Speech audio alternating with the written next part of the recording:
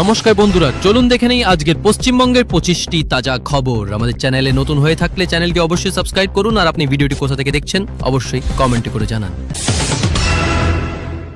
কলকাতার yellow line metro প্রকল্প এগোচ্ছে দ্রুত গতিতে, বারাসাত পর্যন্ত সম্প্রসারণ। কলকাতায় সাইবার প্রতারণার ঘটনায় গ্রেপ্তার 6 অভিযুক্তরা বাংলাদেশের যোগসূত্রে। হাওড়া-পুরী বন্দে ভারত এক্সপ্রেস চালু হওয়ার পর যাত্রীর চাপ আগের চেয়ে দ্বিগুণ।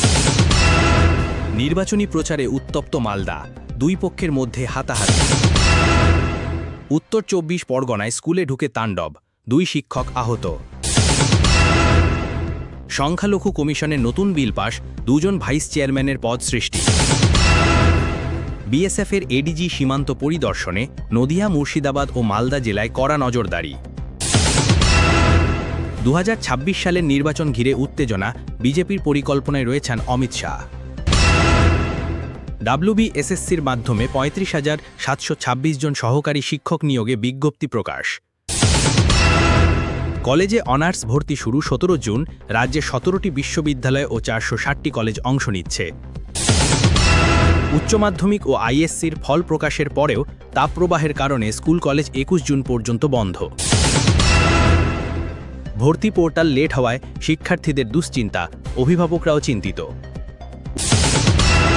উত্তরবঙ্গে প্রবেশ করেছে বর্ষা, জলপাইগুড়ি ও দার্জিলিংয়ে ভারী বৃষ্টির পূর্বাভাস। দক্ষিণবঙ্গেও 16 জুন থেকে সম্ভাব্য বৃষ্টিপাত, বিশেষ সতর্কতা জারি। কলকাতায় একটানা 3 দিন 39 ডিগ্রি, শনিবার থেকে কিছুটা স্বস্তির ইঙ্গিত। পুরুলিয়া, বাঁকুড়া, বীরভূমে জারি হয়েছে লাল সতর্কতা। হাওড়ার এক হোটেলে ভয়াবহ আগুন, 14 জনের মৃত্যু, দমকলে দ্রুত অভিযান। মুর্শিদাবাদে গোষ্ঠী সংঘর্ষ, গাড়ি ভাঙচুর ও পুলিশ আহত। দাবায় আবার জয়ী হলেন বাংলার কৌস্তভ কুণ্ডু, নাগপুরে অপরাজিত চ্যাম্পিয়ন। দেবী চৌধুরানী সিনেমা মুক্তির জন্য প্রস্তুত, বাংলা ইতিহাস ঘিরে বিশাল বাজেটের সিনেমা।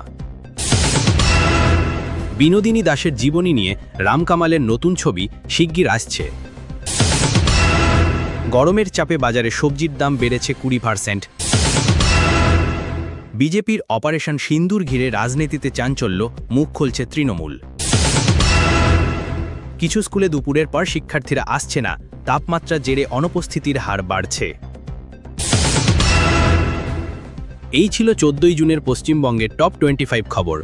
আপনার এলাকার কোনো গুরুত্বপূর্ণ খবর জানলে অবশ্যই কমেন্টে লিখুন।